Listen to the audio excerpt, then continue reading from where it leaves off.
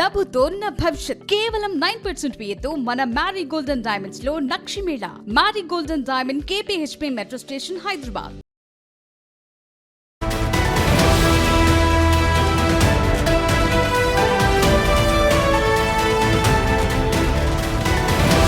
తండ్రి కూతురు అనుమానాస్పదంగా మృతి చెందిన ఘటన ఖమ్మంలో సంచలనం రేపుతోంది.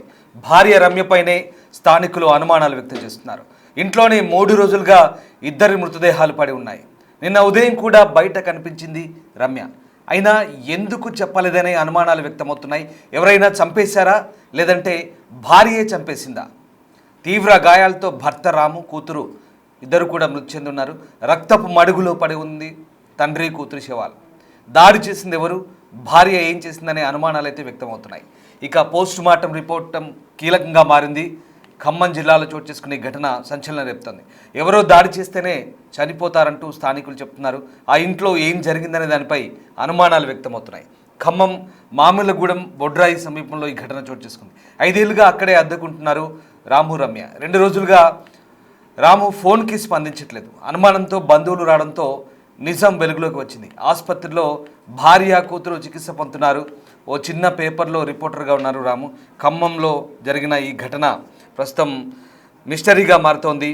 తండ్రి 5 ఏళ్ల కూతురు అనుమానాస్పద మృతి ఘటన నేలకొండపల్లి మండలం అనంతసాగర్ చెందినటువంటి రాము, రమ్యకు 2009లో వివాహమైంది.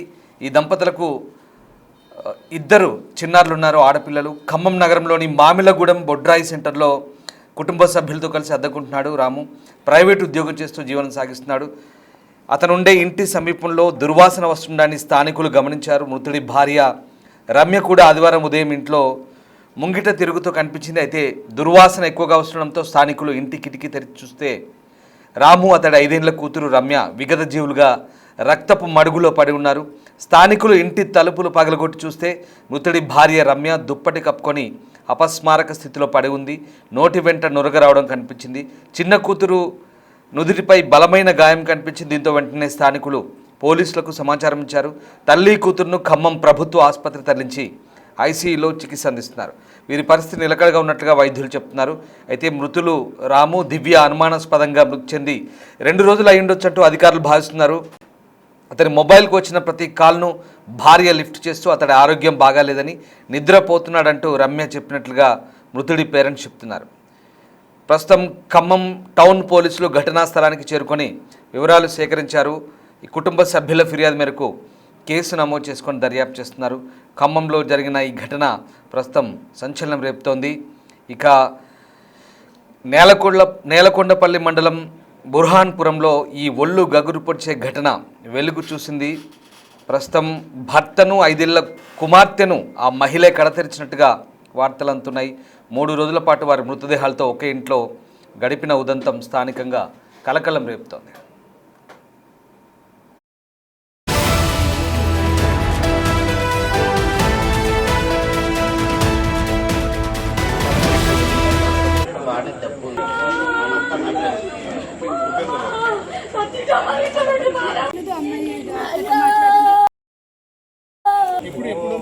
తన భర్త రాము పెద్ద కుమార్తె దివ్య 9 ఏళ్లను అత్యంత దారుణంగా హత్య చేసినట్లుగా ప్రస్తుతం అక్కడ వార్తలు వినిపిస్తున్నాయి. తర్వాత వారి మృతదేహాలను ఎవరికీ కనబడకుండా మంచం కింద దాచిపెట్టినట్టుగా తెలుస్తోంది.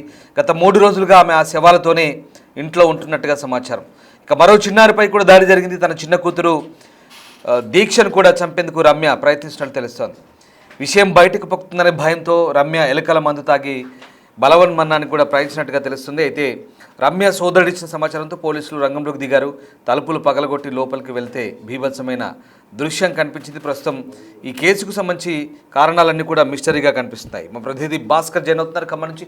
భాస్కర్, ఖమ్మం టౌన్లో జరిగిన ఈ ఘటనకు సంబంధించి అనేక అనుమానాలు ఉన్నాయి. చాలా మిస్టరీగా కనిపిస్తుంది కేసు. 2-3 రోజులు అవుతుంది. ఆమె భర్త కూతురు చనిపోయి వచ్చిన ప్రతి కాల్ను కూడా లిఫ్ట్ చేస్తూ ఆరోగ్యం బాగాలేదంటూ చెప్తోంది. చివరికి 2-3 రోజుల తర్వాత ఆమె కూడా అపస్మారక స్థితిలో కనిపించింది. అసలు ఏంటి మిస్టరీ? పోలీసులు ఈ కేసును ఎట్లా ఛేదిస్తున్నారు? నగరంలో జరిగినటువంటి మిస్టరీ మర్డర్ సంబంధించి పలు అనుమానాలకు తావిస్తుందని చెప్పుకోవచ్చు.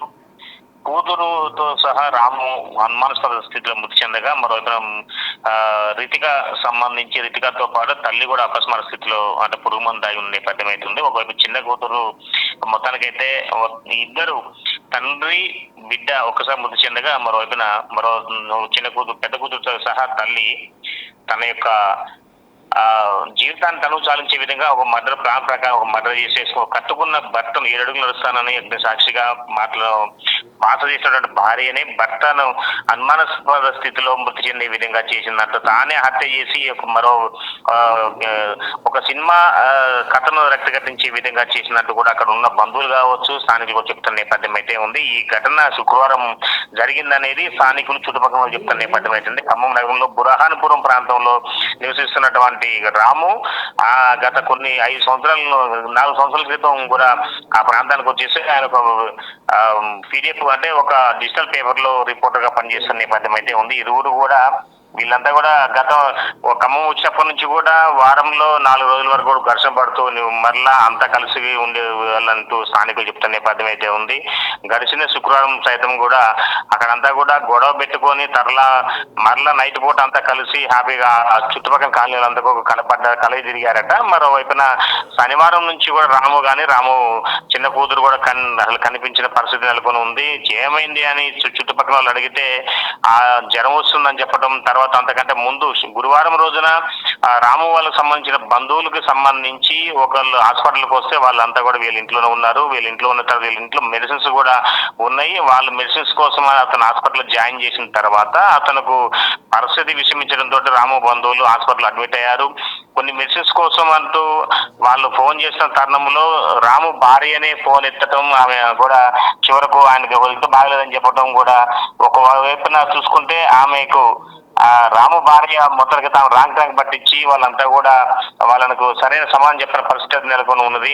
కొండపల్లి మండలం అనంత నగరంకు చెందినటువంటి కనకాల రాము డిజిటల్ మీడియాలోనే ఆయన పనిచేసుకుంటూ గత కొన్ని సంవత్సరాల నుంచి కూడా ఉంటున్నాడు. రమ్య ఆమె అంతా సూర్యాపేట ప్రాంతానికి చెందినటువంటి రమ్య వివాహం చేసుకున్నారు. సూర్యాపేట చెందినటువంటి వాళ్ళు కొంతమంది హాస్పిటల్కి వచ్చారు. ఇప్పుడు అతని భార్య పరిస్థితి ఎట్లా ఉంది? ఆమె కోలుకుంటే కనుక మొత్తం వివరాలు పోలీసులు బయట పెట్టే అవకాశం ఉందా? ఎట్లా ఉంది ప్రస్తుతం ఆమె పరిస్థితి? రమ్య పరిస్థితి అయితే మాత్రం చాలా వరకు ఆమె పరిస్థితి కూడా విషమంగానే ఉందంటే డాక్టర్లు చెప్తున్న నేపథ్యం అయితే ఉంది. రమ్యకు ఆమె పురుగు మందు తాగటం వలన కూడా ఆమె కోలుకునే పరిస్థితి లేదంటున్నారు. ఒకవైపున చిన్న బిడ్డను సైతం కూడా నుదుటిపై కొట్టడంతో కూడా ఆమె కూడా ఏమీ చెప్పలేని పరిస్థితిలో ఉన్నది. తల పగిలిపోయిందంటూ కూడా పోలీసులు మరొక వైద్యులు గుర్తించే నేపథ్యం అవుతుంది. ఏదైనా సరే రమ్య నోరు తెలిసి మాట్లాడితే తప్ప ఈ కేసుకు సంబంధించినటువంటి మిస్ వీడే అవకాశం మెండుగా. ఎగ్జాక్ట్లీ భాస్కర్, బట్ ఆ భార్య భర్తను కానీ కూతుర్ని కానీ చంపిందడానికి ఆధారాలు ఏమైనా ఉన్నాయా, లేదా ఇది కేవలం అనుమానాస్పద కేసుగానే దర్యాప్తు కొనసాగుతుంది? ఆ ఇంటి పక్కన వాళ్ళు చెబుతున్న సమాచారం ప్రకారం చూసుకుంటే శుక్రవారం రోజున రాము వాళ్ళ కుటుంబ బిడ్డతో సహా కనపడ్డారు. శనివారం నుంచి రాము కనపడలేదు, చిన్న బిడ్డ కనపడలేదు. తర్వాత రీతిగా పెద్ద బిడ్డతో పాటు తల్లి నిన్న సాయంత్రం అంటే శనివారం రోజున ఆదివారం రోజు సాయంత్రం పూట బయటకు వెళ్ళి వస్తుండగా గమనించారు. తర్వాత వచ్చిన తర్వాత పాప కూడా దెబ్బ తగిలి తలకు గాయమయ్యి రక్తం స్రావంతో పడి ఉన్నది. తర్వాత ఆమె చుట్టుపక్కల అంటే శనివారం రోజున సమీపంలో ఇంటి పక్కన వాళ్ళు కూడా రాముకు ఒంట్లో బాగలేదనే విషయం తెలిసిన తర్వాత ఇడ్లీ కూడా అందించడం కూడా జరిగిందని చెప్తున్న నేపథ్యం అయితే ఉంది. కానీ తరచుగా మా ఊరికి తెలియకండి, మా భర్తకు జ్వరం వచ్చింది, అతను కొద్దిగా డిస్టర్బ్ చేయకండి అంటూ కూడా పక్కన వాళ్ళతో చెప్పడం కూడా జరిగింది. అంటే పథకం ప్రకారమే రమ్య భర్తను చంపి బిడ్డను కూడా చంపేసి తాను కూడా ఆ ఘటన నుంచి బయటపడాలంటే ఏమి చేయాలో దిక్కు చూసిన పరిస్థితిలోనే మరలా ఆదివారం రోజున పురుగు మందు అంటే గడ్డి మందు సేవించి మృతి చెందినట్టు కూడా తెలిసింది. ఆ సమయంలో చిన్న బిడ్డను కూడా పెద్ద బిడ్డను కూడా చంపి ఆమె కూడా ఆత్మహత్య చేసుకోవాలని భావించి ఈ ఘటనకు పాల్పడ్డారు. కానీ ఈ యొక్క ఘటనకు సంబంధించి పూర్తి వివరాలు మాత్రం పోలీసులకు కూడా ఇప్పుడు ఒక సవాల్గా మారిందని చెప్పుకోవచ్చు రామదాస్. ఎందుకంటే వాస్తవంగా ఎలాంటి క్లూ దొరకట్లేదు. బంధువులను అడిగి చూస్తే మాత్రం రమ్య తల్లిదండ్రులు అడిగితే మాత్రం తరచుగా గొడవలు అయితేనే ఆర్థిక సమస్య వెన్నాడుతూ ఉన్నదంటూ కూడా చెప్తున్నారు. వాళ్ళు ఇటు గత 4 సంవత్సరాల క్రితమే అనంతగిరి నుంచి కూడా ఖమ్మం రావడం కూడా జరిగింది. ఇక్కడ నివాసం కిరాయి ఇంట్లో ఉంటున్నారు. చుట్టుపక్కల వాళ్ళకు అంటే పోలీసులు ఎంక్వైరీ చేసినా సరే తరచుగా గొడవలు జరుగుతుంటాయి, మళ్ళీ అంతా ఒకటే అవుతున్నారని చెప్పడం కూడా జరుగుతుంది. కానీ కట్టుకున్న భార్యనే ఈ ఘాతకానికి పాల్పడిందని ఒక అంచనాకు వస్తున్నా కానీ ఇదే కరెక్ట్ అని చెప్పుకోలేని పరిస్థితి అయితే పోలీసులకు ఉంది Ramdas. Right, yes, thank you Bhaskar. So ఖమ్మంలో జరిగిన ఈ ఘటన అనుమానాస్పద కేసుగానే ప్రస్తుతం పోలీసులు నమోదు చేశారు. మిస్టరీ కేసుగా కనిపిస్తోంది. ఆ వ్యక్తి మృతదేహం పూర్తిగా పాడై ఉంది. 2 రోజుల క్రితమే చనిపోయినట్టుగా నిర్ధారణకు వచ్చారు పోలీసులు. మరోవైపు శుక్రవారం ఇంట్లో భార్యాభర్తల మధ్య గొడవ జరిగినట్టుగా తెలుస్తోంది. ఆదివారం కూడా ఆమె నీరసంగా బయట తిరుగుతూ కనిపించినట్టు తెలుస్తోంది. తర్వాత ఆమె బలవన్మరణానికి పాల్పడ్డట్టుగా అనుమానాలు వ్యక్తమవుతున్నాయి. ఇక భర్తతో పాటు పెద్ద కుమార్తె కూడా చనిపోయింది. అయితే అతని దగ్గర ఉన్నటువంటి రక్తపు మరకలు ఏవైనా గాయంతో అయిందా లేదా శరీరం నుంచి రక్తం మరకలు ఏదైనా బలవన్మరణానికి పాల్పడితే వచ్చినటువంటి మరకల ఏంటనేది పూర్తిగా పోస్ట్ మార్టం రిపోర్ట్లు తేలే అవకాశం కనిపిస్తుంది. ప్రస్తుతం అయితే ఇది అనుమానాస్పద కేసుగా నమోదు చేస్తున్నారు. రమ్య కోలుకుంటే మొత్తం వ్యవహారం బయటపడే అవకాశం కనిపిస్తుంది. ప్రస్తుతం ఆమె అపస్మారక స్థితిలో ఉన్నట్టుగా పోలీసులు గుర్తించారు. ఆమెను కూడా ట్రీట్మెంట్ కొనసాగుతుంది. దాంతోపాటు ఆమెతో పాటు చిన్న కూతురు కూడా ప్రస్తుతం ట్రీట్మెంట్ కొనసాగుతున్న పరిస్థితి. ఖమ్మంలో చోటు చేసుకున్న ఈ ఘటన ప్రస్తుతం సంచలనం రేపుతోంది. ఒక మిస్టరీ కేసుగా నమోదైన పరిస్థితి. ఈ ఘటనకు సంబంధించి స్థానికులు ఏం జరిగిందో స్పందించారు. అలాగే వారి బంధువులు స్థానికులు మాట్లాడారు. ఒకసారి చూద్దాం. నా పేరు సతీష్, బురహాన్పురం, ఖమ్మం. ఈరోజు సాయంత్రం పూట మా ఇంటి ఆపోజిట్ ఇంట్లో 7:30 ప్రాంతంలో ఇంట్లో నుంచి స్మెల్ వస్తుందని ఆ అమ్మాయి వాళ్ళ రమ్య అనే బాధితురాలు వాళ్ళ తల్లిగారు వచ్చి మాకు చెప్తే మేము కిటికీల నుంచి చూడంగా చిన్న పాప ప్రాణంతో కొంచెం ప్రాణభయంతో కళ్ళార్పుకుంటా బయట చూస్తుంటే పోలీసు వాళ్ళ కంప్లైంట్ ఇచ్చి డోర్ బలగొట్టి చూస్తే చిన్న పాప ఒకటి బతుకుంది. తండ్రి చేతి కింద పెద్ద బిడ్డ, చనిపోయిన పాప పేరు దివ్య, వాళ్ళ తల్లి పేరు రమ్య. పెద్ద బిడ్డని హాస్పిటల్ తరలించే క్రమంలో పోలీసు వారు ఉండగానే అమ్మాయిని చూస్తే తల్లి కూడా కొంచెం కండ్రెప్ప ఆడిచ్చింది. అమ్మాయి కూడా నాకు తెలిసి అమ్మాయి అలా మధ్యాహ్నం పూట నాకు తెలిసి మందు దాగుంటుంది, పురుగుల మందు. నోట్లో నుంచి అయితే నొరుగుంది. తల్లి చిన్న బిడ్డ ఇద్దరు ఇప్పుడు గవర్నమెంట్ హాస్పిటల్ ట్రీట్మెంట్ అవుతారు. మరి ఇది ఎట్లా జరిగిందో పోలీసులు తొందరగా దర్యాప్తు చేసి ఆ కుటుంబానికి న్యాయం చేయాలని, మరి ఇది అసలు ఇందులో మరి కుటుంబ సభ్యులైనా బయట నుంచి ఎవరైనా వ్యక్తులు వచ్చి మరి అతన్ని ఏమైనా చేశారా తొందరగా కనుక్కొని మరి వాళ్ళ కుటుంబానికి తత్వరంగా న్యాయం చేయాలని కోరుకుంటున్నాం. రక్తం అడుగు అబ్బాయికి అంటే మా అంచనా మినిమం 2 days అవుతుంది అబ్బాయి చనిపోయి. మరి వాళ్ళ వాసనతోటి ఆ అమ్మాయి వాళ్ళ తల్లిదండ్రులు ఫోన్ ఎత్తట్లేదన్న భయంతో వచ్చి మాకు చెప్తే మేము ఇంటి ఎదురుగా వాళ్ళం కాబట్టి పోయి చూసేలోపు చిన్న పాప ప్రాణభయంతో బయట చూసేలోపు మాకు కూడా భయం వేసి పోలీసు వాళ్ళని పిలిపించి వెనక డోరు తలుపు బలకు కొట్టుకొని లోపల పోయి చూస్తే చిన్న పాప బట్టలు లేకుండా ఉంది. చిన్న పాపకు తల మీద ఇక్కడ నుదురు మీద గట్టిగా దేంతో కొట్టిన గాయం ఉంది. అబ్బాయికి కూడా మొత్తం ముఖం బలిగిపోయి మినిమం మేము అనుకోవడం అయితే 1 day కంటే ఎక్కువనే అయింది అబ్బాయి చనిపోయి. రాము అబ్బాయి ప్రైవేటు ఆన్లైన్ పేపర్ రిపోర్టరు. భార్యాభర్తలు బాగానే ఉంటారు, మరి ఏం జరిగిందో తెలియదు అన్న. Ramya house wife. రమ్య అని అయితే నేను ఈరోజు మార్నింగ్ 9:30, 10 ప్రాంతంలో మా ఇంటి ముందు నుంచి ఇంట్లో పోతుండగా అయితే చూసా. అమ్మాయి అయితే ఇవాళ మేము అందరం మా బజార్ మొత్తం చూసింది. ఇంటి పక్కన ఉన్న వాళ్ళకు కూడా వాళ్ళు టిఫిన్ కూడా ఇచ్చారు. భర్తకి ఏదో జ్వరం వచ్చిందంటే బయటికి పోలేని క్రమంలో మరి అమ్మాయి ఇడిపోతుంది అన్న భయంతో వాళ్ళ ఇంటి పక్కన వాళ్ళు ఇడ్లీ కూడా ఇచ్చారు. మార్నింగ్ 10:30కి 11కి భార్యనైతే మేము చూసాం. మరి ఈడు రాము అన్న వ్యక్తి అయితే మాత్రం చనిపోయి మినిమం 1 day అవుతుంది.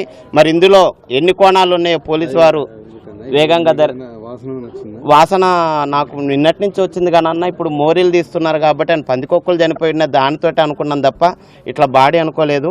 వాళ్ళ అమ్మాయి వాళ్ళ తల్లి తండ్రి వాళ్ళ అన్నయ్య వచ్చేలోపు స్మెల్ వస్తుంది ఇంట్లో నుంచి, కొంచెం రండి అని మమ్మల్ని పిలిస్తే మేము పోయి చూస్తే చిన్న పాప ప్రాణ భయంతో చూసి మేము అనుకున్నాం అమ్మ ఇంట్లో ఏదో జరిగి ఉండొచ్చు, అందుకే పాప భయంగా ఉందని చూసేలోపు పాపకైతే దెబ్బ గట్టి తగిలింది.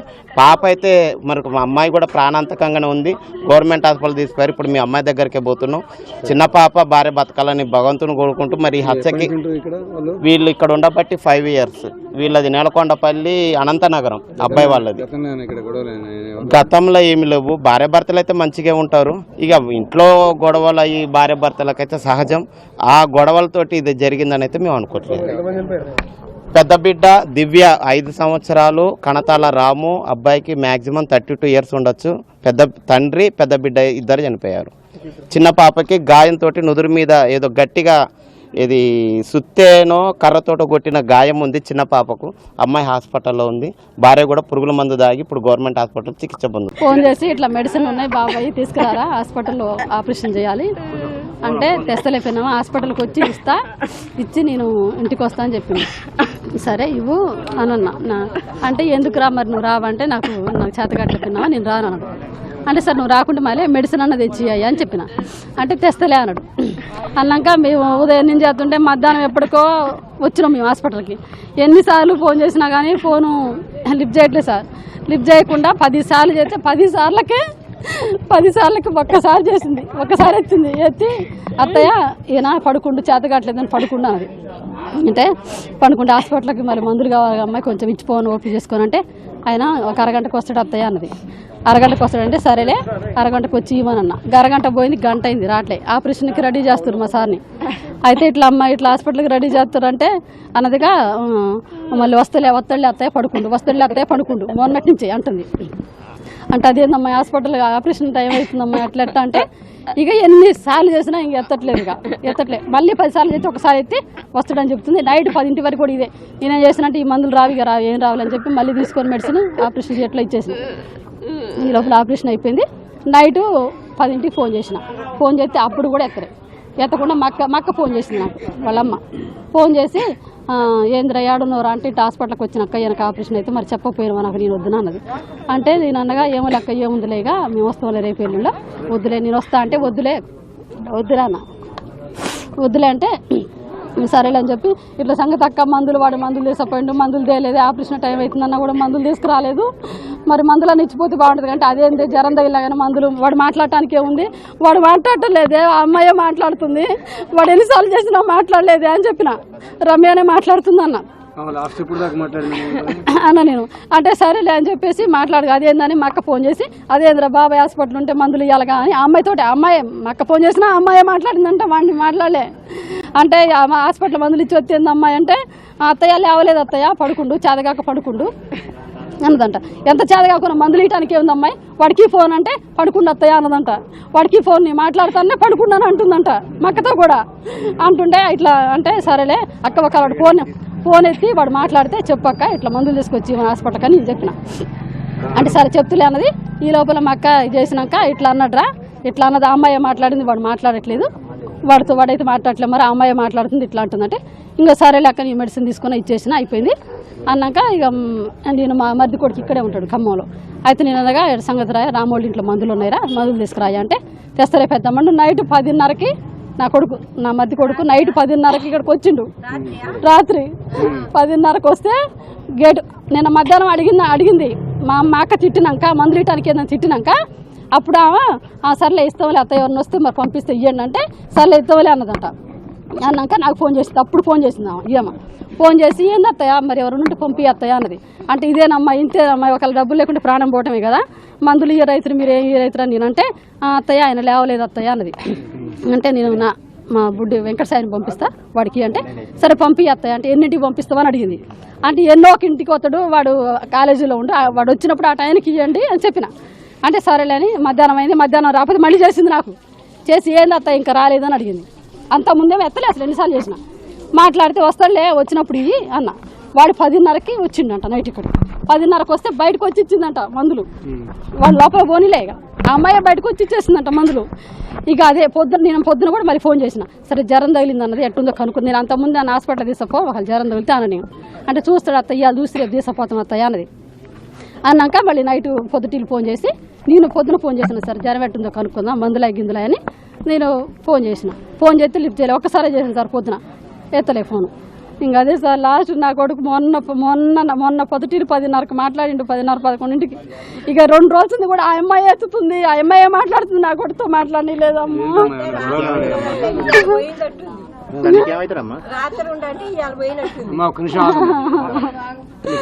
నాకు కొడుకు సార్ నాకు కొడుకే కాదమ్మా. అంటే అంత ముందు కూడా ఏదో గొడవలు ఉన్నాయి ఆ అమ్మాయి మొండిగా చేస్తుంది సార్, మొండిగా చేస్తుంది ఏదన్నా మొండిగా వైఖరి. వీడు ఎంత దిగమింగుతుడో ఎంత కోపం ఉన్నా కానీ సరే ఆ అమ్మాయి దారికే పోయిండు. ఇంకా ఇప్పుడు మొండిగా చేస్తుందని గతంలో కూడా ఒకసారి ఏదో గొడవ అయితే ఇంట్లో మందు పిల్లకు పోసింది, మందు తన తాగింది, సావంచులో పోయి వచ్చారు వాళ్ళు. ఇట్లా చేసింది సార్ ఏం చెప్పాలి సార్. రిపోర్టర్